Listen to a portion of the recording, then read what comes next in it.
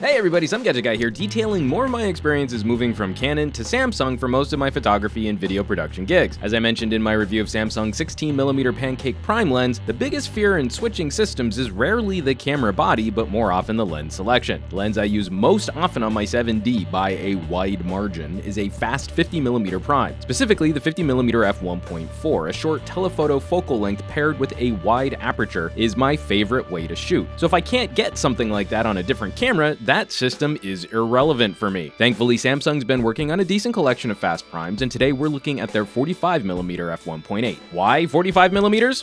Who knows? I honestly don't. While it's scientifically a tiny bit wider than a 50mm, in actual operation it's an almost imperceptible difference. What we have is a short telephoto lens approximating the field of view one might see on a full-frame camera with a 70mm lens and a super wide aperture. As mentioned previously, that combo is right up my alley. As Samsung only makes APS-C sized camera sensors, they don't need to include extra glass to support larger full-frame cameras. This makes all of their entry and mid-range lenses adorably tiny, coming close to the collection of lenses available for micro Four Thirds cameras. I no longer have a Canon 50mm f1.8 to show, but Samsung's prime here is utterly dwarfed by Canon's mid-level f1.4, which also weighs about twice what the 45mm weighs, 10.9 ounces for the Canon to 5.4 ounces for the Sammy. The 45 is a simple setup. There's no zoom here, just one ring for adjusting focus. A rocker switches you from autofocus to full-time manual focus, and there's also Samsung's eye function button, which is used to launch a smartphone-like series of menus and controls. It's handy if you're coming from a phone or a point-and-shoot, but I genuinely prefer more DSLR-style hardware controls instead. Samsung was also nice enough to include a lens hood. It really is kinda silly in this day and age, for the pennies of plastic to produce, that more lenses don't include these things. The 45's hood screws on rather than clicking into place. Unfortunately, that means it's not reversible for storing the lens in a pack, but it's the perfect size to hide the 16mm prime previously reviewed. In operation, the lens is fast to focus and near silent. It utilizes Samsung's focus-by-wire system, so adjustments are made electronically, not mechanically, though the focus ring has a smooth action which does a great job of mimicking high-quality mechanical lenses. Thankfully, the focusing happens internally, and the front element doesn't move or turn, which is helpful for folks using polarizers. This glass is pretty terrific.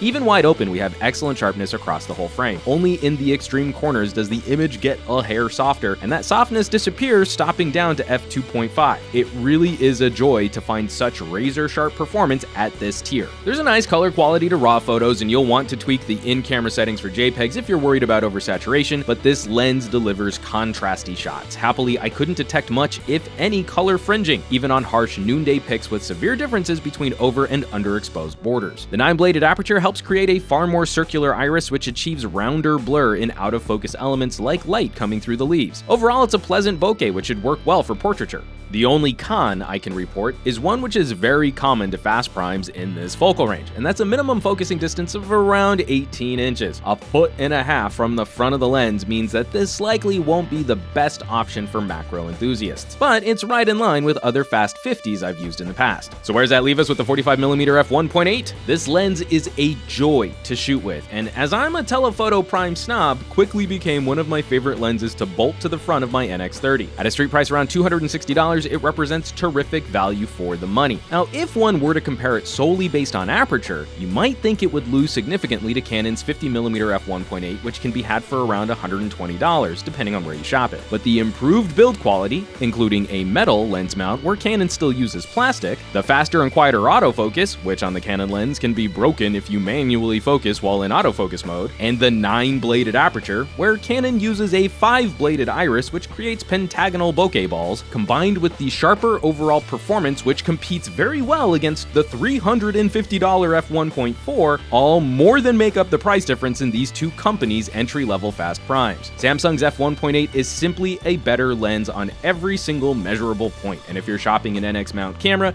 this 45mm lens should be on your list to accompany it. Plus, Samsung offers up a variant of the 45 which can also be used to shoot 3D photos and videos, but we'll have to save that for another review. I'll of course leave some links down below this video for more info on Samsung's 45mm f1.8 and where you can shop it online. As always folks, thanks so much for watching. Be sure to hit subscribe for more videos and reviews like these, and I would not be able to continue producing on this channel if you all weren't sharing my videos on social sites like Twitter, Reddit, Facebook, and Google+, so keep bringing more cool people to the party. Hit that thumbs up button, and I will catch you all on the next review.